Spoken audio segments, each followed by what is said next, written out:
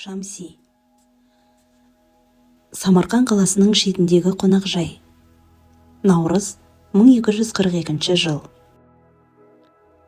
Беті жарылып кеткен ағаш тақтада алдымда тұрған үлкен балауыз шамның оты дірдектей жанып тұр.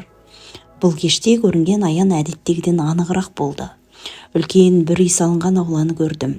Аулада сары раушан гүлдері жайқалып өсіп тұр екен. Ортасында құдық бар. Сүмбіле туған шақ. Құдық суы өте суық екен.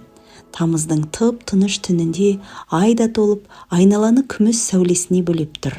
Алыстан ұлыған аңдардың үні емсем естіледі. Біраздасын үйден орта жастар шамасындағы кең иықты, иман жүзді, қой көзді бір ер адам шықты. Ол маған қарады. Көзінде мұң, жүзінде шексіз қайғының табы бар. «Шамси, Шамси, қайдасың?» деп айғайлап, біресе оңға, біресе солға қарай жалтақтап жүгіріп жүр. Кенет қатты жел тұрды. Мұнан ары қарайғы оқиғаны көргісі келмегендей айда бұлтқа кіріп, жүзін жасырды. Үкілер де тыншып, жарғанаттар жасырынып, тіпті үй ішіндегі отқа тасталған отын да сылдырлауын қойды. Жер бетін мүлгіген тыныштық басты. Ергісі ақырындап құдыққа жақындады. Оған үңіліп қарап, «Шамси, қымбаттым», деді сыбырлап. «Бармысың?» Мен жауап беруге талпынып аузымды аштым, бірақ бірде-бір дыбыс шығара алар емеспін. Әлгі кісі құдыққа жақындай түсіп, оған тағы да үңілді. Алдымен ол қап-қара судан басқа ештеңе көре алмады. Сосын қаймақтана толқыған су тынышталғанда құдық түбінен менің қолымды көрді. Одан соң қап-қара қос жұлдыздай жарқырап жатқан көздерімді көрді.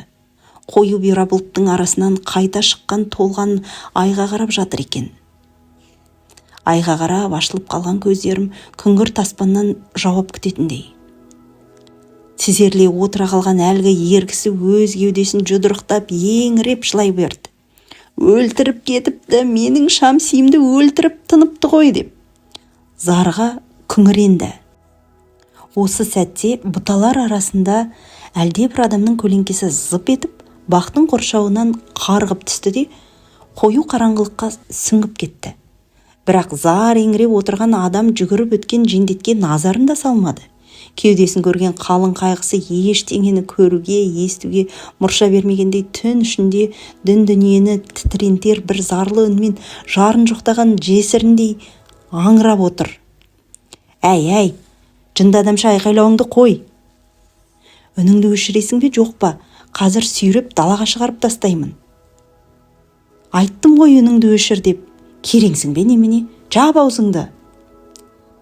Дауыс қатайып келеді. Мен естімеген кейіпте көріп отырған аянның үзілмеуін тілеп отырмын. Өз ажалымның қалай, неден болатынын біле түскім келді. Оның үстіне мені мұнша жоқтаған әлгі кісінің кім екенін де білгім кеп, түріне дұрыстап қарап алғым келді. Ол кім болды екен? Маған қандай қатысы бар? Тамыздың тымырсық түнінде мені неге сонша іздеді екен?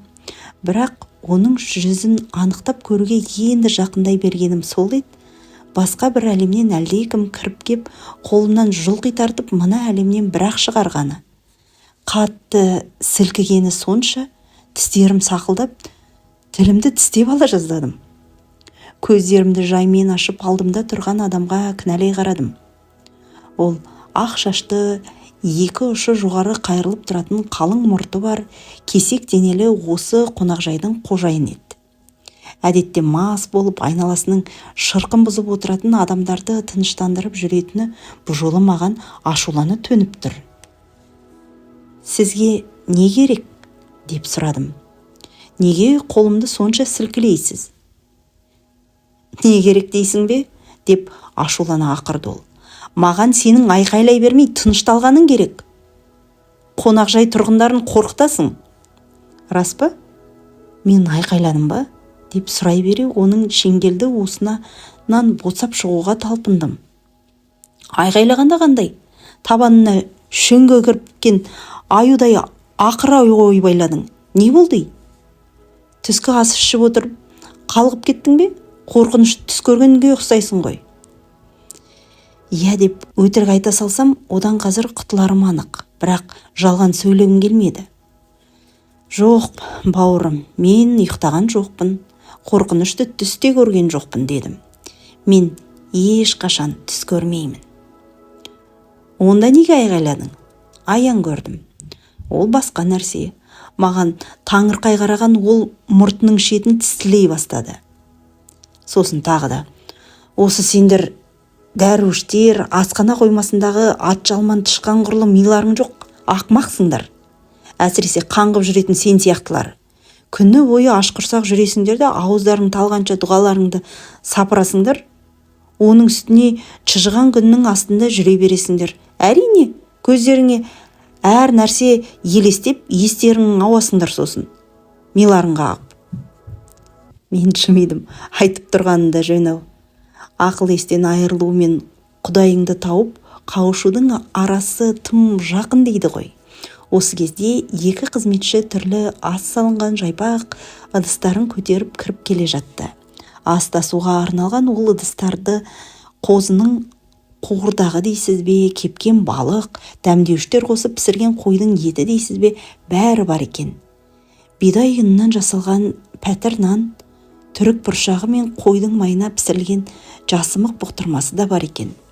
Олар асханадағы адамдарға ас тарата бастады. Пияз, сарымсақ қосылған түрлі дәмдеуіштердің бұрқыраған иісі отырған адамдардың танауын жарып, тәбетін оятты. Олар менің қасыма кеп тоқтағанда, мен қаранан мен буы бұрқырап тұрған жасымық бұқтырмасын алдым. Тамаққа төлейтін ақшаң бар ма? Деп сұрады қожайын өктеймін мен. Жоқ, деп жауап бердім. Бірақ ақысына сенің түстеріңді жорып берейін. Кекеткендей боп таңдайын бір қақты. Ешқашан түс көрмеймін деп жатыр едің ғой, жаңа ғана. Иә, солай, өзім көрмесем де өзгелердің түсін жорып беремін.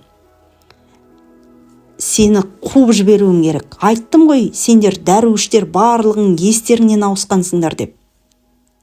Қожайын әр сөзін нығарлап, сен менің ақылымды тыңда. Түріңе қарасам, біраз жасқа келіп қалған сияқтысың.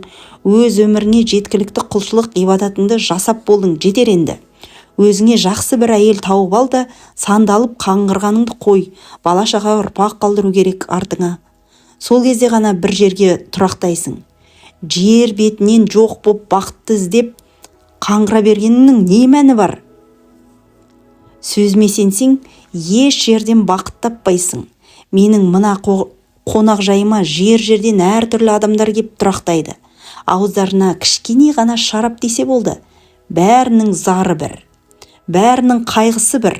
Адамнан еш айырмасы жоқ. Қай жерде де сол бір адам, бір тамақ, бір су. Ас ішіп, аяқ босату. Менің іздеген нәрсем сенің айтып тұрған дүниеңе ұқсамайды. Мен жоқ іздеп жүрген жоқпын. Мен барды іздеп жүрмін, дедім мен. Мен бар Құдайды іздеп жүрмін. Онда сен оны бұл жерден іздеме, деді қожайын кенет түнере қалып. Мұндай жерлерге ол бас сұқпайды, тіпті оның қай кезде келетінін де білмейміз. Мына сөздерден жүрегім дүрсілдеп қоя берді. Кім-дегім Құдай туралы жаман сөз сөйлесе, демек өзі туралы жаман сөйлегені дедім. Қожайынның еріндері дір ете қалды да, кекесін мен езу тартты. Жүзінде бір ыза, реніш пен күйініштің табы тұрды. Сонымен қатар жас баланың өкпелегеніне ұқсаған бірдеңе жылт ете қалғандай болды.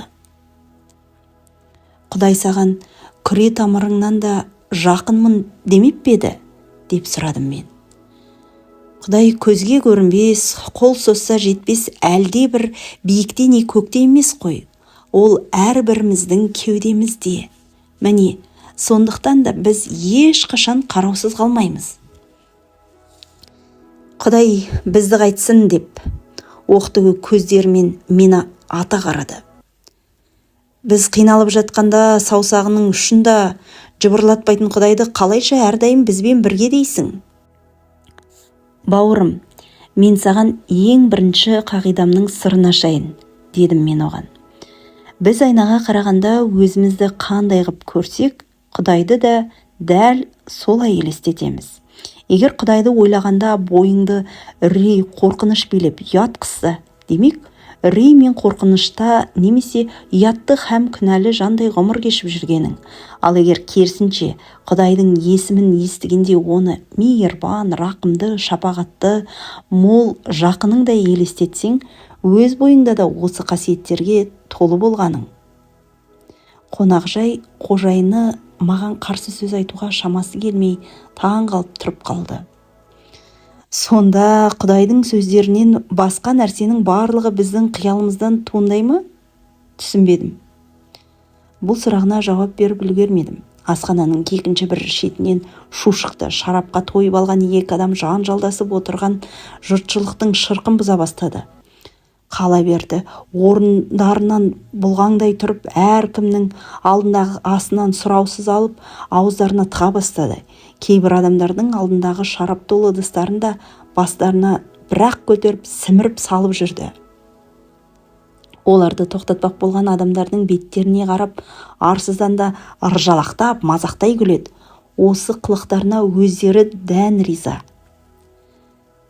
Ал мыналарды барып тоқтатпасам не болады? Қалай ойлайсың? Деп қожайын тістерінің арасынан сызықтата сөйлеп, соларға қарай кетіп бара жатты. Бір-екі аттап, қастарына жетіп барған ол әлгі ақмақтардың бірін күректеу қолдарымен отырған орнынан жұлып алды да бетінен шапалақпен тартып жіберді. Анау мұндайды күтпеген болса керек. Босап қалған қаптай былқ-сылқ етіп пысылай кетті. Екіншісі бұнан гөрі мықтылау екен. Барынша қарсыласып, әлгі күректей қолдарын жұдырықтап ұрғанын бойына тартпай жатты. Жуан жұдырықта мұның қарсыласқанына қарамай, қапысын тауып кеуде тұстан оңдырмай бір соқты да, ербеңдеген қолдарын саптамай етігімен мұжғылай бастады. Тіпті әлгі байғұстың қолдарының сүйегі сықыр ете қалды. «Тоқтат дереу!» деп айғайлап, осы сәтте мен де қастарына жетіп бардым. «Өлтіресің ғой мына байқұсты. Немене оның өлгенін қалап тұрсың ба?» Сопылық жолды таңдаған кезімде адам өмірін қорғауға ант берген болатынмын. Мына жалғанның жалпағында еш себепсіз біреуге қол жұмсай бастайтын адам көп. Ал қалғандарының олардан айырмасы тек себеп тапқандығында. Ал сопыларға себеп те сылтау да табылып тұрғанымен ешкімге қол көтеруге болмайды. Менің мысалы күш көрсеткен жаннан кек қайтаруға қақым жоқ. Бірақ біреуді жұдырықтап жатқан мына қожайынды тоқтатуыма әбден болады. «Араласпа, дәруіш, аулақ кет, әйтпесе сенің де басыңды жарамын» деп айғайлады ол. Бірақ оның олай етпейтініне екеуміз де анық білдік. Келесі бір сәтте қызметшілер де келіп, әлгі мас боп қалған екі ақмақты орындарынан тұрғызып жатты. Бірінің мұрны, екіншісінің саусақтары сыныпты. Еден қанмен жуылған, үсті бастары да даладай қан. Асхана іші үрейлене тынышталып қалған. Елдің бәрін бір үркітіп алған қожайын маған маңғаздана қарап, барлығына естірте даусын көтере сөйледі. «Әй, дәруіш, мұндай жағдай бізде күнде болмайды. Өз басым ешкімге қол жұмсағанды ұнатпаймын. Бірақ кейде осындай ақмақтарды тәртіпке салмасаң болмайды. Құдай жердегілерді ұмытып кеткенде, олар әділдік пен шындықты өздері істей бастайды. Келесі жолы Құдайыңмен сөйлесер болсаң, оған сәлем айта баршы. Егер ол өз отарындағы қойларын қараусыз, қорғансыз қалдырса берсе, олар өздерін біреуге бауыздап кеткенін күтіп отыра алмайды. Амалсыздан көкжал қасқырға айналып шыға келеді. Иығымды бір қиқаң еткіздім де есікті бетке алдым. Кетіп бара жатып, «Сен қателесесің», дедім. «Қай жерде қателестім? Момақан ғана бағланнан азулы арланға айналғаным қателік пе? Олай етпесем, амалым қалды ма?» «Жоға, қателігің ол жерде емес. Рас, сен қасқырсың, бірақ өз ісіңді әділ істеп ойлайтының қате. Тоқта! Сен бұлай кете алмайсың, деді ол ту сыртынан айғайлап. Сен маған қарызсың, ішкен асың мен жатқан орныңның ақсын маған түстерімді жорып берем дегесің. Мен саған одан да бал ашып берейін дедім. Алақаныңды көрсетші қане. Мен бұрылдым да көздерімді оның көздерінен айырмай оған қарай тура жүрдім. Ол бір түрлі сенімсіздікпен қарап қалды да, мен қасына барғанда еріксіз кер шегінді. Дегенмен, оң қолын ұстағанымда мені итермей не қолымнан қақпай, алақанын көз алдымда жая қойды. Алақанындағы сызықтарға назар салып зерттей бастадым. Терең, қисық-қисық сызықтар екен. Әрине ол қиыс-қиыр жолды кешіп келе жатқан тағдыр талайын танытатын сызықтар еді. Біртіндеп оның аурасының түстерін көре бастадым. Қоңыр, қошқыл және тым ашық көгілдір, тіпті сұрқай десе де болады екен. Оның рухани қуаты әбден сарқылғаны сонша, сыртқы әлемнен қорғанатын қабаты да қалмағандай. Ішкі әлемі әбден қурап қалған өсімдік тәрізді тіршілік нышаны байқалмайды. Ішкі дүниесін өлтіріп алған сияқты. Рухани қуат көзі жабылып, оны жоғалтып алғандықтан да, оның дене қуаты екі есеге артып кеткен және ол қуатын шамадан тыс асыра пайдаланып жүргені де содан болды. Бір кезде өзім көріп қалған оқиғадан жүрегім атқақтап қатты соғып кетті. Көз алдыма айдай аян болып өткен өмірінің үзіктері келе бастады. Жап-жас сұлу әйелді көрдім. Әне, қоңырқай шаштары, сурет салып қойған жалаң аяқтары, иығына жамылған тоқыма қызыл шәлісі көрінді. Сен сүйген адамыңнан айырылған екенсің деп, екінші алақанын ашып қарай бастадым. Әйелдің кеуделері сүтке толы, ал іші жарылғалы тұрғандай өте үлкен екен. Ол жанып жатқан лашықтың ішінде қалды. Айнала күміс, ер тұрманы жарқ-жұрқ еткен қалың әскер. Олар бәрін өртеп барады. Ауаны өртенген өліктердің күлімсі иісі жайлап алған. Қысық көз, жалпақ бет, талпақ мұрын, қысқа мойынды, жауырындары қақпақтай салт атты әскердің кеуделеріндегі жүректері тастанды да қатты боп қарайып кеткен. Ол құдіретті Шыңғысханның әскері болатын. Сен бір емес, екі жақының адамыңнан айырылыпсың ғой, деп түзедім әлгінде айтқан сөзімді. Әйелің тұңғыш балаңа ағы ауыр болған екен. Қонақжай иесінің қалың қастары дір ете қалып барып, қабағы түйіле қалды. Ол көздерін саптама етігінің басынан айырмай, еріндері жымқырып алып, жүзі сұрлана үнсіз қалды. Бір сәтте бірнеше жылға қартайып кеткендей болды.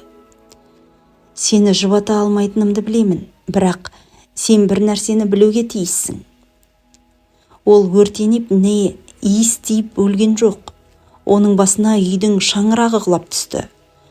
Ол ештеңе сезбестен тіл тартпай кетті. Еш жері ауырған да жоқ. Сен ылғи оны қиналып өлді деп өз-өзіңді мұнша қажап келесің.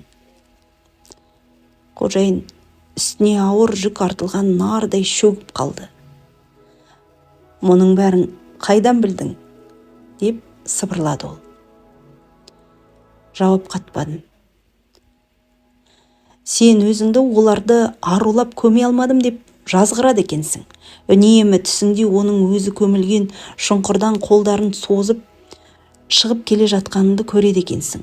Мұның бәрі сенің ойыңнан, шырмауыңнан ілігіп қап, бұлай алданба. Шын мәнінде әйелің мен балаңның жағдайы өте жақсы. Олар өте жақсы жайда. Бұдан соң әр сөзімді нығарлап тұрып, сен қалаған уақытыңда арлан да қабылан да емес, биязы бағлан бола аласың. Себебі сенің жаның сондай жұмсақ, дедім. Мен сөзімді аяқтамастан қожайын қолдарын біреу шоққа басқандай жұлып алды.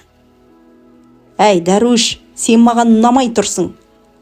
Бүгін қала бер, ал ертең азанда сені бұл жерден көрмейтін болайын.